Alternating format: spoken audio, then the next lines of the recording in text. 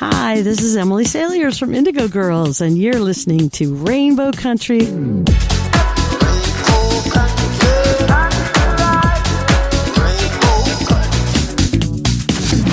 The views and opinions expressed on the following program are those of the persons appearing on the program. Today on Rainbow Country, best-selling Canadian author Anthony Bidulka, who recently released his 12th novel, Going to Beautiful, a book that features gay characters, trans characters, marginalized communities. All that and more on episode 314, so stay tuned for Gay Talk Radio right here on Rainbow Country. Hi, I'm Simone Denny. Hi, I'm Mayor John Tory. I'm Joey Lamar, best-selling author of Mambo Lips and Salsa Hips. You're listening to Rainbow Country with Mark Tara. Well,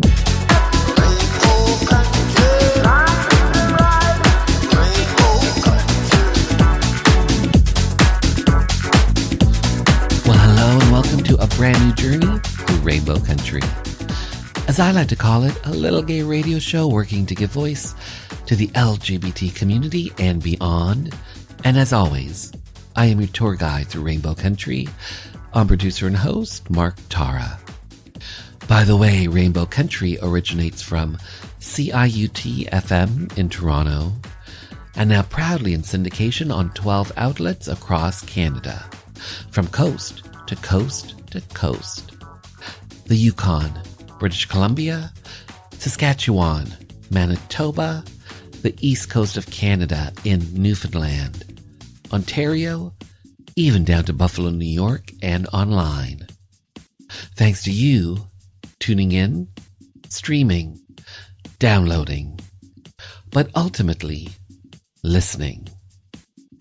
Together we continue to build Rainbow Country into a nationally syndicated gay radio show, a #1 LGBT podcast on Podomatic.com's gay and lesbian chart, as well as being recognized as Canada's #2 LGBT podcast on feedspot.com.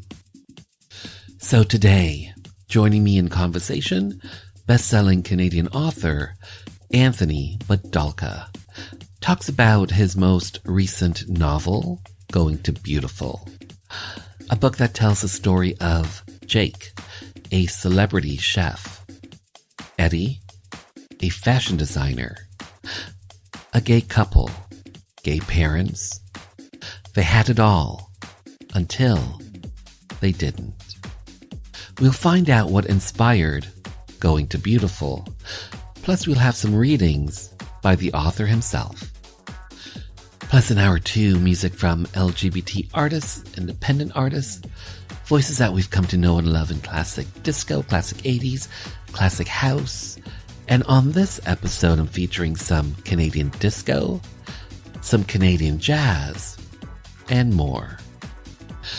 But at first, some gay Canadian history with activist and author Tim McCaskill, who talks about Canada's gay pride history.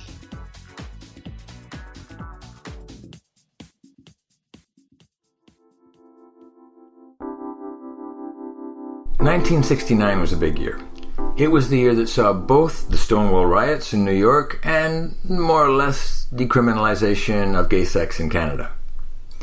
The following year, the Americans celebrated the anniversary of Stonewall with Christopher Street Liberation Day. That was the summer of 1970. They didn't actually call it Pride at the time. August 1st, 71 was Toronto's first official gay picnic at Hanlon's Point. It was organized by the Community Homophile Association of Toronto and Toronto Gay Action. 300 people showed up. Now, that wasn't officially a pride, but Gerald Moldenhauer, one of the veterans of those days, maintains that a march down Yonge Street a few weeks later should be called the first Toronto Pride. That was a warm-up for the more famous We Demand demonstration in Ottawa held August 28th that year, a protest against the inadequacies of Trudeau's decriminalization. By the way, if you want to see some pictures of those early days, check out Gerald's website. It's geraldmoldenhauer.com, and it's spelled Jearldmoldenhauer. Denhauer. The first official Toronto Pride was actually the next year, 1972, again in August. Then there was a second Gay Pride Week, August 17th to 26th, 1973. That one was national, not just Toronto. There were events and marches in Vancouver, Saskatoon, Ottawa, Montreal, and Halifax. The focus was political, on ending discrimination against queers, something that was still quite legal across the country at the time. Then, the following year, 1974, there was Pride number 3 in Toronto, August 17th. I came out of that one, so I remember it very, very well. We marched over to Queen's Park to again demand human rights protection. And then they stopped. There was nothing in 75. People were focused on a national lesbian and gay conference in Ottawa. And again in 76, all of us in Toronto were busily preparing to host the 4th National Lesbian and Gay Conference, which happened in September. Gay Days was a big festival in 78, but nothing called itself Pride again until 1981 after the Bath Raids. That's where the misconception that Pride began after the Bath Raids comes from. 81, I suppose, is significant because that's when the shift happened from August to the last weekend in June to harmonize with prides across the US. But that's not the first Pride. So when you hear someone say that the first Toronto Pride was in 1981, you should politely point out that that's not quite true. Toronto and other cities in Canada had our own August Prides for almost a decade before that. And there are still those of us around who remember. This is Tim McCaskill, a gay liberation dinosaur from another planet and author of Queer Progress.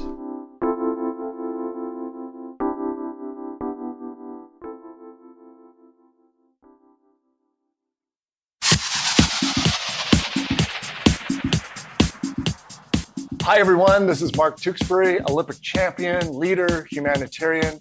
You're listening to Rainbow Country with Mark Tara.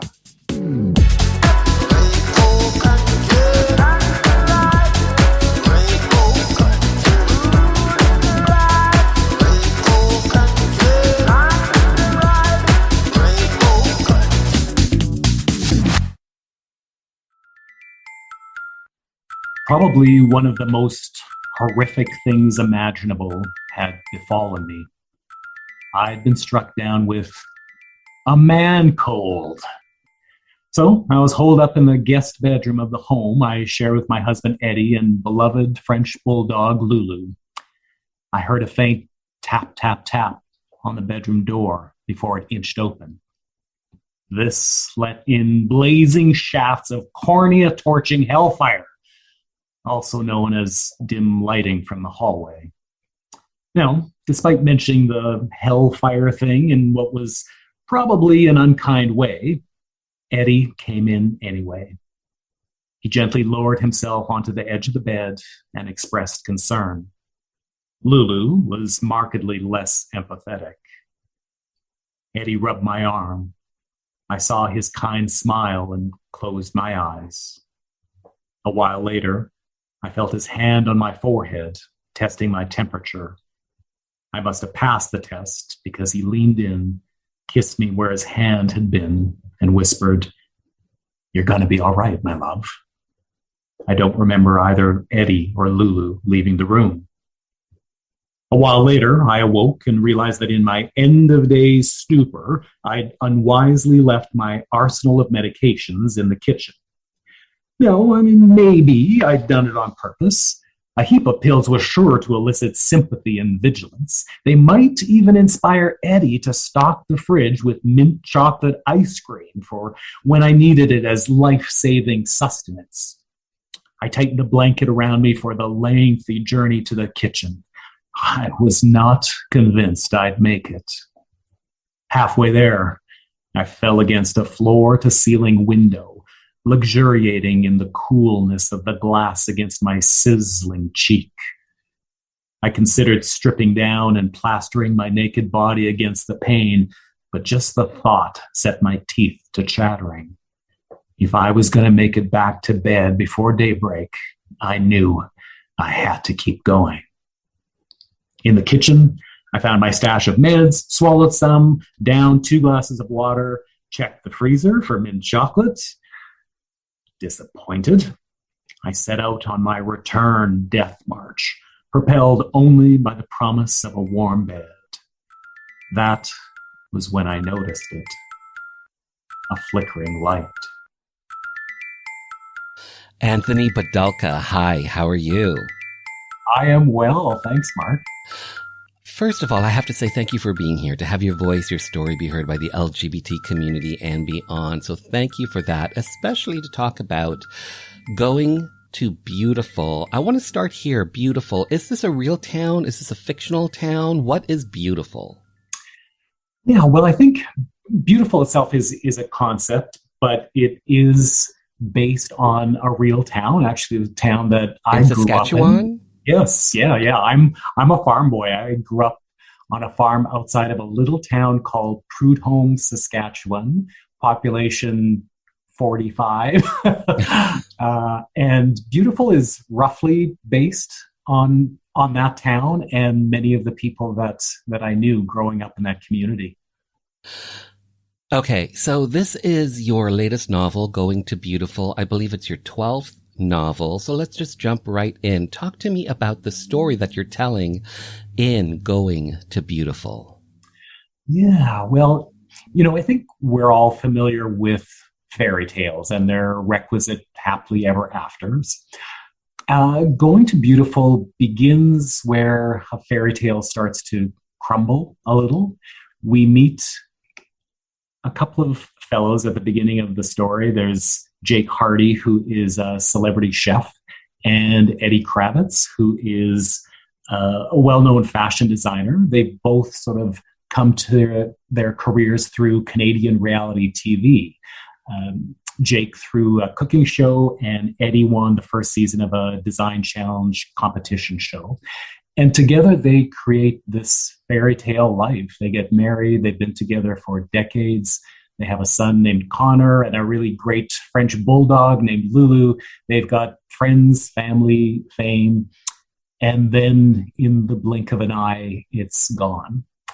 And what transpires next is Jake teaming up with his good friend and neighbor. Her name is Baz. And the two of them find themselves, strangely enough, in the middle of the Saskatchewan prairie, in the middle of the winter. And they find, I think, what they don't expect. And so it's, certainly this is a book that begins with a fair bit of loss and grief and what may be a murder or two or three. But, Mark, I can promise you this is a book that is filled with hope and joy, and I think a few good laughs, hopefully, and I think the promise of new beginnings. That's really what this book is about. Okay, so Going to Beautiful, you just spelt it out. Jake, a celebrity chef, Eddie, a fashion designer, a gay couple. They're also parents. They had it all until they didn't. So the story that you're telling in Going to Beautiful, is this fact? Is this fiction? Is this a combination of both? Talk to me about that. Yeah. Jake and Eddie live in Toronto, and that's where they've created this incredible life for themselves. The story absolutely is fictional, but I think with pretty much every book I've written, Mark, there's always little bits of truth and reality that wind themselves within the story. There's little bits and pieces of me. There's little bits and pieces of people that I know or have met or have influenced me. And Beautiful is really, it's a very personal story to me, and maybe not for the reason you might expect. This was a book that I really started conceptualizing and thinking about in the very early days of the pandemic. And I knew I didn't want to write about the pandemic. I'm sure there's going to be many wonderful writers that are going to write some great pieces of fiction and great pieces of nonfiction about the pandemic. I wanted something that perhaps might be a bit of a tonic for us as we get through the pandemic and hopefully see the rear end of it.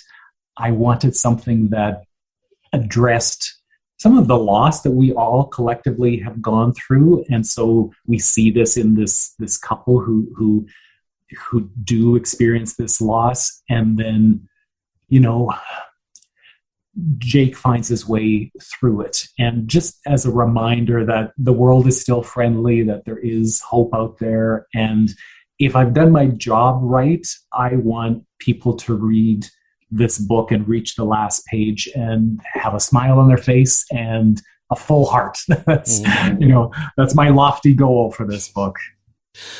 So you were just saying, because of the pandemic, that maybe influenced you to write this book. But what sparked it? Was there a story that you saw? Was there, you know, a friend mentioned something? What sparked the idea for Going to Beautiful? Yeah, you know, it really, this book in particular wasn't like that for me. The spark was really wanting to create something that was joyful. There really wasn't because of the pandemic times that we were in. Yeah, you know, and I had, you know, Mark, as you mentioned earlier, I've written, this is my 12th book, and I had taken a bit of a time off from publishing. You know, this will be my first book in 5 years. And I had sort of decided to take a little bit of time off because I was, you know, getting a book out once every 12 to 18 months. And I loved doing it, but I was finding that I was getting a little burnt out from just from that pace. And I wanted to really explore my artistic muscles in different ways. I've always wanted to try writing different things. Like I'm known mostly for writing mysteries and thrillers, and I wanted to try writing a romance novel and try writing something that's purely comedic without the pressure of thinking I've got to get this published. And I had taken time to do that.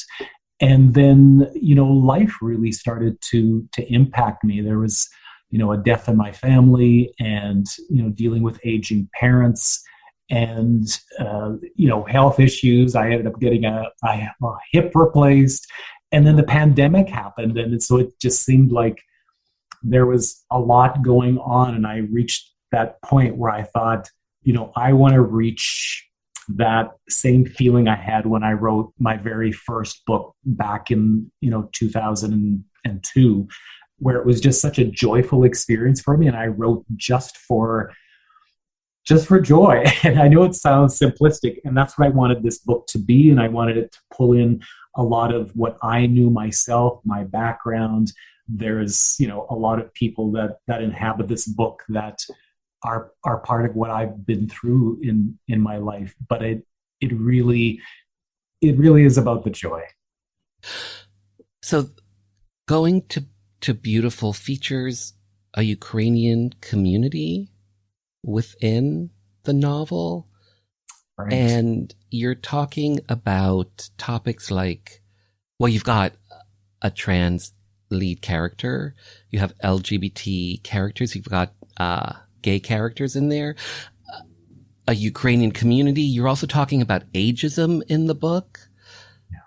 Why was it important for you to spotlight, you know, the LGBT community, older individuals in your novel? Why was this important for you to spotlight these communities and individuals?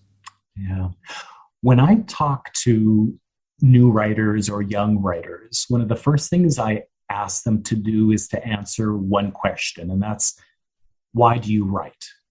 And I've always asked myself that same question, you know, for my entire career. And it's a very tough question to answer. It may be more difficult than people might imagine. And what complicates it is that the answer can change as you grow and develop and mature as a person and as a writer. But for me today, I'm very clear about what my goal is as a writer and what my why is. And that is to tell stories about underrepresented people and underrepresented settings in a way that is accessible and entertaining. So, you know, the four important things there are, you know, the underrepresented characters, the settings, and then I want it to be accessible to as wide a group of readership as possible. And I want to entertain. I really do. So for me, this was a book that hit on all cylinders because you're right. We've got a gay man who's the lead character. We have a transgender neighbor who is 78 years old, who's another lead character. We have a group of Ukrainian people. We have a Chinese cafe owner. We've got a nun, and most of them are 55 plus, and most of them live in rural Saskatchewan. And I can tell you, Mark, from the perspective of a writer looking to publish, not an easy sell. But that's important to me because in my first days as a writer, when I first started writing the Russell Quant mystery series, it was important to me then as well to write something where people can start seeing themselves in genre fiction, where it's not about just the negative side of things, but the positive side of things. So as I present people who are 55 plus in this book, and as I present Saskatchewan, I'm trying to stay away from the tropes that come along with writing about those groups of peoples and those settings. People often think of Saskatchewan and, you think of cold, dreary winter. and sure, absolutely we can have that, but winter can also be beautiful and bright and rejuvenating and invigorating. That's what I want to portray. I want to be able to put those things out there. The flickering light was coming from the other side of the sliding glass door that separates the living room from our expansive outdoor terrace. I took a shaky step towards the light. Wait a second. Isn't that what happens when you're dying? Was I dying? Did I feel compelled to step into the light? Had I taken too many drugs? I checked for a pulse. Seemed strong enough. It was too early for Eddie to have gone to bed, yet there was no sign of him or Lulu in the apartment. Could they be out there? On the balcony? At night? In March? The weather had been unseasonably warm that week. And, sometimes when that happened, we'd bundle up in the hand-knit sweaters we'd brought back from Ireland, prepare brandy-spiked hot chocolates, crank up the space heaters, and with fragrant steam wafting off our boozy drinks, our noses reddening, our breath dancing in the air, we'd cuddle up on the couch and giggle and laugh and pretend we were two burly fishermen who'd found love on the Irish moors or some such nonsense. So they had to be out there, right? Satisfied with the explanation for the flickering light and convinced I wasn't dying just yet, I turned and headed for bed before the NyQuil kicked in. I was halfway down the hallway when that itty bit of rationality that still lurked in my congested head told me to stop. Eddie would be worried about me. He was sweet that way. As a good husband, I should poke my head outside and announce my status as still breathing. I owed him that much, even if he hadn't brought me the ice cream. With the blanket wound tightly about me, I did a geisha walk from hallway to balcony door. The first thing I noticed through the glass was Lulu, frantically pawing at it. Was she out there alone? Had Eddie somehow forgotten her out there and gone to bed after all? I strained to see out, but saw no sign of him. I slid open the door. Lulu rushed inside, shooting me a belittling look. I stepped onto the balcony, grimacing as my bare feet made contact with the cold floor. It was quiet. Too quiet. And on that very mysterious note, we will return right after this Rainbow Country update.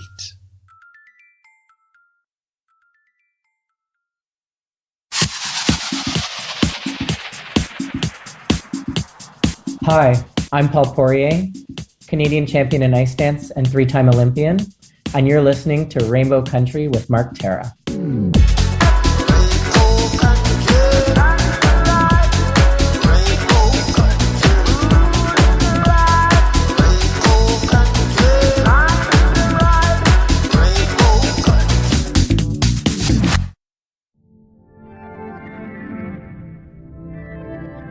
Health, a Canada-wide 2S LGBT QQIA+ community survey, is looking for your involvement. The HOUR Health survey aims to explore the current state of health among two-spirit, lesbian, gay, bisexual, trans, queer, questioning, intersex, asexual, and other sexually and gender diverse people in Canada. The study team especially wants to hear from community members who are living with chronic health conditions like diabetes, cancer, and fibromyalgia. This is to ensure that people living with conditions that are often underrepresented or less understood are included in this work. Participants will also have the opportunity to do a test at home to screen for COVID-19 antibodies, HIV, hepatitis C, and syphilis. All data collected will be used to advocate for programs, services, and policies that better support the health and well-being of 2S LGBT QQIA+ people across Canada. All participants will receive a small honorarium for completing the survey. For more information, visit cbrc.net/our_health. That's cbrc.net/our_HEALTH.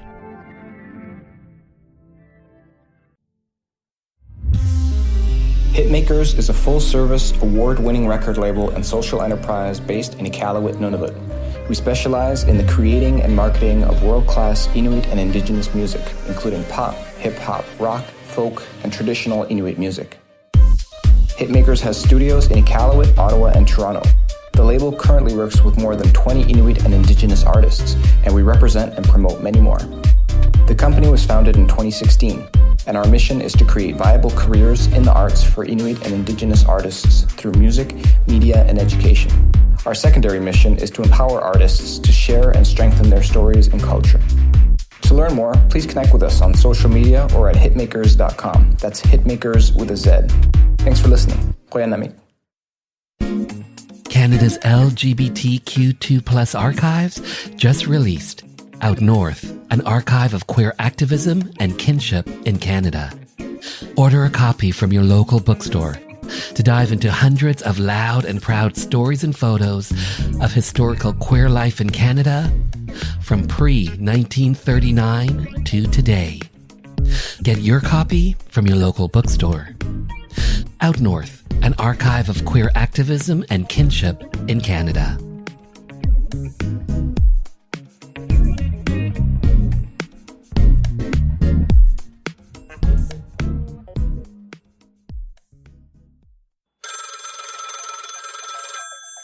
Phone rings. I got a message from the mayor.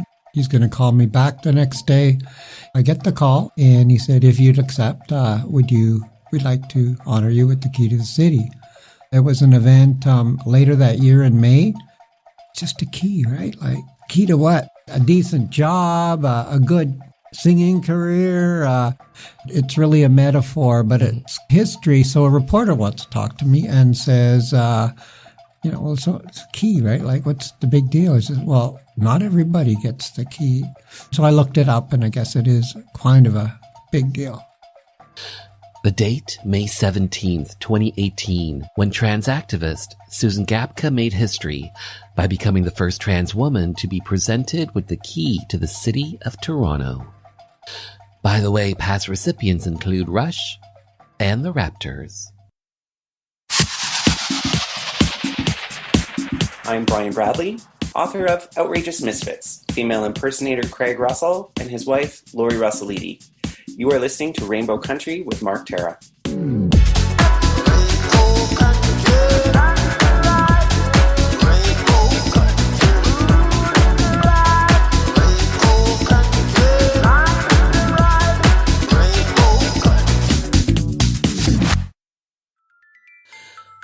So, Anthony Bidulka. My understanding is, and please correct me if I'm wrong, But on a Friday, you leave your job as a chartered accountant. On the Monday, you start your new job as a writer, a full-time writer. You don't have an agent. You don't have a book written or anything like that, but you just did it. You went for it. You quit your job and you started your new life. So how does a chartered accountant become a best-selling author? Talk to me about this journey of yours and why you started to follow your heart and that decision making. Yeah, it was a journey, Mark. I know that, and you probably hear this from a lot of writers. I knew when I was a young kid that I had a passion for writing. Mm-hmm. But at that point, I didn't have my why that I was just talking about. I knew I wanted to do it, but I didn't know why. So I did not do it. And I grew up and my parents were very much into, either you become a farmer, take over the farm, or you get an education and become a professional. So that's what I did. Move ahead a number of decades, and my husband Herb and I have a tradition where every January we'll go someplace hot and sit on a beach and drink too many umbrella drinks. And then we talk about the year that's just passed, and we will plan and think about what we want to accomplish in the year coming up. And I was like a broken record. I was always saying, this year I'm going to make time for writing. But as a CPA, and I was working, as a corporate auditor for the firm of Ernst & Young, and I was working 80, 90, 100 hours every week. And the last thing I wanted to do on my time off was then sit in front of a computer again. For me, I knew that if I was going to do it, it had to be one or the other. I couldn't find a way to do them both and to at least give it a try, which, is the smart thing to do, because I hadn't even taken a writing course. And it was my husband who really gave me the courage to make the change. He said, if you're ever going to do it, now is the time. And I was approaching one of those milestone ages where you do start looking at your life. And I thought, when I'm 92 and sitting in a rocking chair, I'll regret if I don't take an opportunity sometime out of my life to try this. So once the seed was planted in my head, it was a slippery slope. I walked into the office of my partner at the time and I told her what I was doing, and I will always credit her with this, and she's still a good friend of mine today, 20 years later. She said, she didn't say when you need to. She said, if you ever need to, I will always have a job for you. And what an amazing safety net that was for me. Like, not only did I have a supportive spouse and family, but I had a supportive work environment to go back to if I needed to. And so that Monday, when I sat in this home office that I'm in today and started writing, I felt so confident and I felt safe. And I felt strong in the ability of knowing that today and for some period, I didn't know how long, I am a writer. That is my job. And that was very powerful for me. And then luckily it worked out for me. So Going to Beautiful, this is your 12th book. You're best known for your Russell Quant Mysteries, an 8-book series that features a gay detective, Russell Quant. Why mysteries? What is it about mysteries and mystery novels that attracts you, I guess? Yeah, well, Mark, that is not what I set out to do. I did not set out to be a mystery writer. And this was the other really good lesson I learned as a new writer. And again, when I speak to new writers, I tell them this. I thought, Mark, I was going to be a literary, serious writer. I was going to write, really strong, hard-hitting thrillers. And that was the first book I sent out. And while I was waiting for my multi-million-dollar contract, I thought, well, I still got to keep on writing and let's just write something for fun. And I've always loved mysteries, be it on TV or radio or in books. And I thought, well, let's write one of those. And, I know about being gay, and I know about living on the prairies, and I know about travel. So I smushed all of that into this first book, which is called Amuse-Bouche. And time passed. I finished that book, and still, for some reason, no one was offering me millions of dollars for this hard-hitting literary novel. So I thought, well, I guess I'll send this out. But I was so certain that wasn't my future that I sent it out under a pen name, which, today I look at it and I think that's vaguely pornographic or just something that you might see in a soap opera. And immediately I started getting responses for that mystery novel. And I think it just really resonated. And it just, I think when you write what you know and you write from joy, there I am repeating that term again, it shows on the page. And so what I say to young writers is that when you're first starting out, be prepared for the possibility that the type of writer you think you're going to be may not be the type of writer you're fated to be. What was your pen name? Oh my gosh, Mark, you're going to make me admit it. All right, hold on. My pen name was Race Talent. And race, of course, was spelled with a Y, and talent was spelled with 2 L's. Race Talent? Race Talent. Okay, and you thought that was pornographic? Well, it's just one of those names that doesn't seem like it's a real name. Okay. Or like a soap opera, someone in a soap opera. Yeah. Race, here comes Race. Where's Race? Oh my God, Race looks so good. See, now you're changing my mind. Maybe I should have stuck with that. Yeah. Okay, random question. Do you like bookstore window displays? I absolutely do love a good bookstore window display. Were you surprised to see a bookstore window display of Flight of Aquavit in California, in Los Angeles, I think?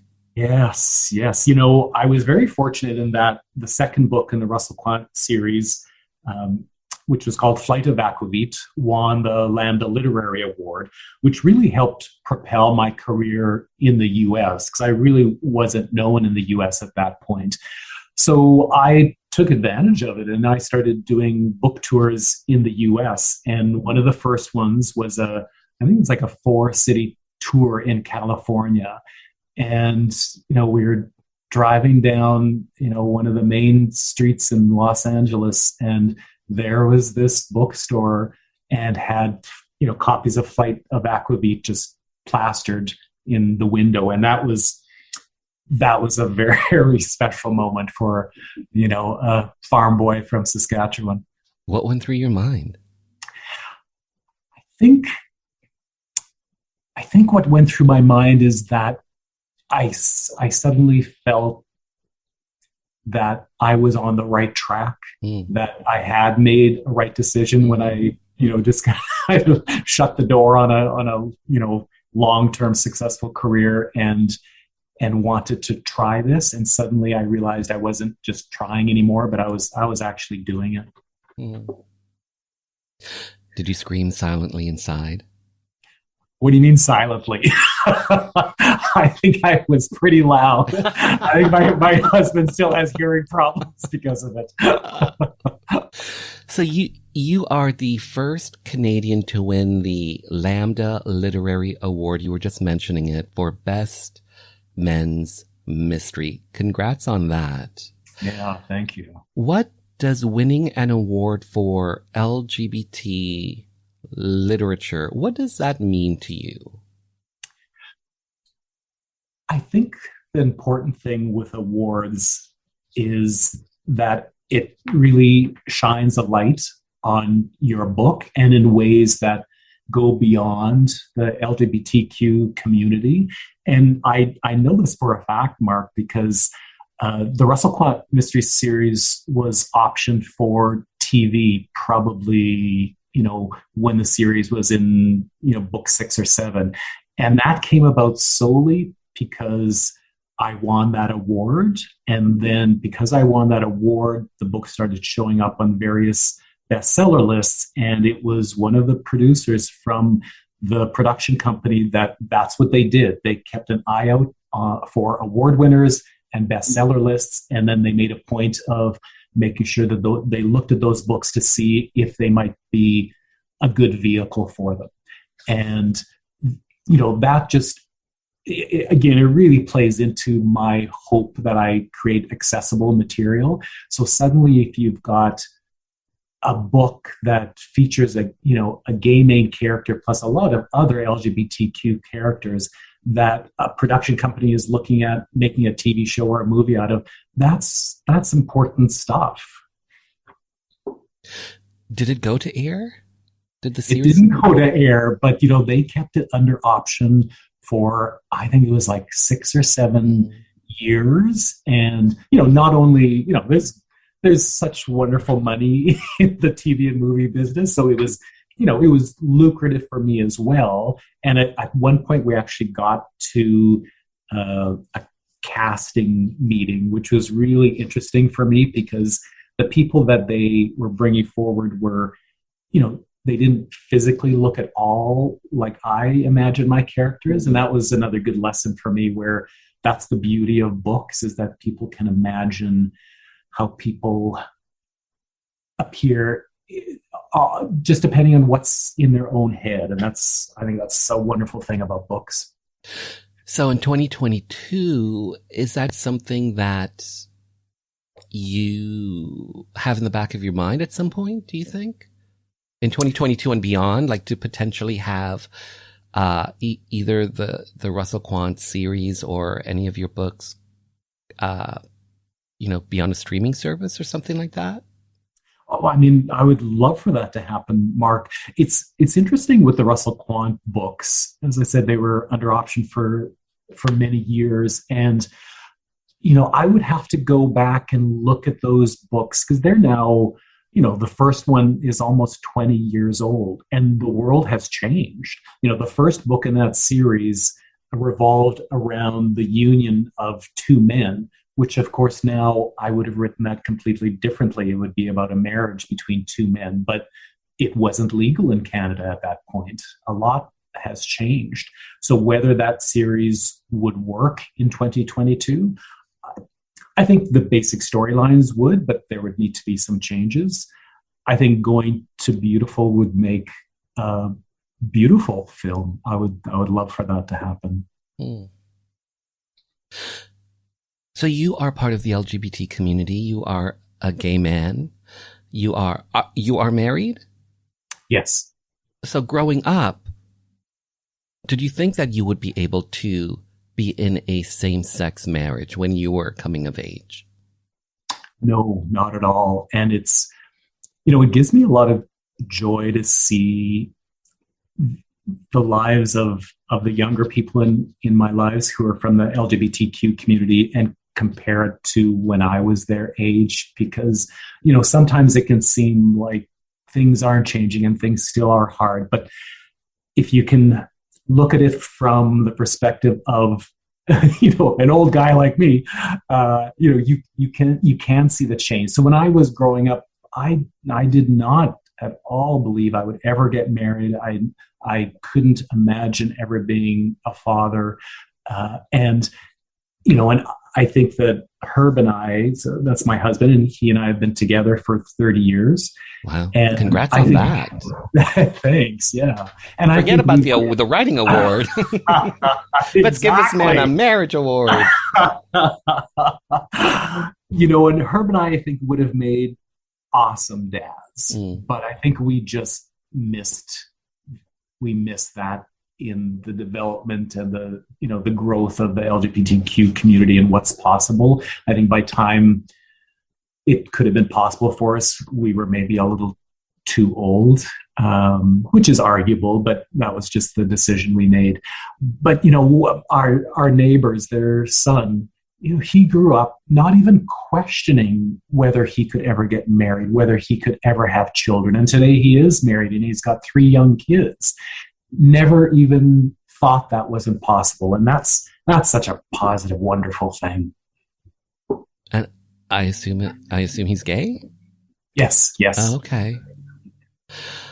I guess there's a flip side to that too, where a newer generation, they're coming of age and they're recognizing that these are just like, this is just the way the world is, but they don't recognize the struggles and the fight. Yeah. That went to creating these rights, and they feel entitled. And that's why it's so important, Mark, that there are A, people like you, and B, people like me, and people who are out there and preserving our histories, be they writers or filmmakers, and telling those. Yeah, exactly. So, I mean, that's important stuff, because we have to remember those things. And I love the fact that the younger generation feel free and happy. But there is a rich history there, and it's not always wonderful stuff, but it's important to remember it, and we learn from it. So Going to Beautiful features gay characters, trans characters. You talk about ageism. When audiences read this book, is there a bigger message? Is there maybe a deeper meaning within the words of Going to Beautiful that you hope your audiences come away with after reading the book? Yes, I want people to know that even when tragedy strikes, even when you think that your life has fallen apart, even when you think there's no one on your side anymore, there is a way out of that. And sometimes that can be hard, and sometimes that can take time, and sometimes that can be a struggle. But the world is friendly. There are wonderful people out there. And it never means that you have to forget what you went through or forget what you lost, but sometimes you need to realize that it's time to rebuild and redefine what your future is going to be and what that joy and happiness is going to be. Well said. Well said. Anthony Bidulka, thank you so much for your time. Well said, well done, well written. Thanks, Mark. This has been great. Now on the balcony, I saw that the flickering light I'd seen from the kitchen was coming from a statuesque liquid lava lamp, which, according to our interior designer, we couldn't possibly live without. But where was Eddie? Despite protective layers of quilting, I felt a chill, and not the fever-induced kind. I moved forward and called out, "Hello?" "Hello," came the response. And there he was, Eddie, standing in heavy shadow. For several seconds, we just stared at one another. "How are you?" he finally asked. I mean, did the pile of drugs in the kitchen tell him nothing? And had he looked in on me earlier in the bedroom and found me half dead? Or did I hallucinate that? "You should go back to bed," he said. Go back to bed. I mean, was I disturbing his evening? It may have been the fever, but his apathetic suggestion really ticked me off. I mean, where was the caring? Where was the worry? Where was the goddamn mint chocolate ice cream? Now, thankfully, before I said any of that, I remembered the sage advice of our neighbor and good friend, Baz. She said, if you don't have anything nice to say, mumble it under your breath and walk away. And that's exactly what I did. And that's exactly the last time I ever saw my husband, Eddie. Going to Beautiful is available wherever you get your favorite books. On Amazon.ca, it has a 5 out of 5 star rating. And for even more on this best-selling Canadian author, check out his website, anthonybidulka.com. Bill 7, to ban discrimination in employment, government services, and housing, based on a person's sexual orientation, was up for a vote at Queen's Park. Most NDP and Liberal MPPs supported the bill, but without some progressive Conservative legislators backing, a divisive split could rack the province. 4 PCs decided to break party ranks to vote with their conscience and support Bill 7. Cabinet Minister and MPP Dennis Timbrell did it to show solidarity for his beloved brother, the well-known drag queen Rusty Ryan. And for me, a gay politician who was not yet out, I had to take a stand. We were known as the Gang of Four. I'm former Cabinet Minister and MPP Phil Gillies. The date, December 2nd, 1986, when LGBT rights came to Ontario. Hi, I'm writer Adam Smith, author of Deep Sniff, A History of Poppers and Queer Futures. You're listening to Rainbow Country with Mark Tara.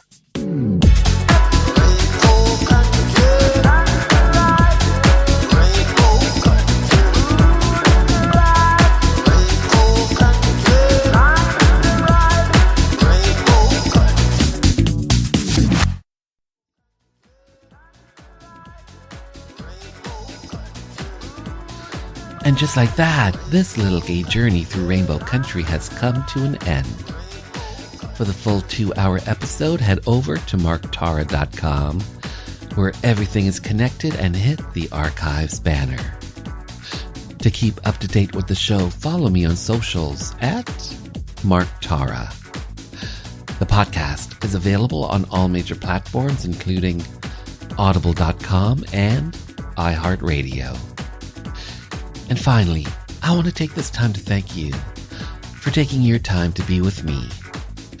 Remember, despite all the craziness in the world these days, know this: we are living in days of making our dreams come true. So believe in yourself, and the world will believe in you.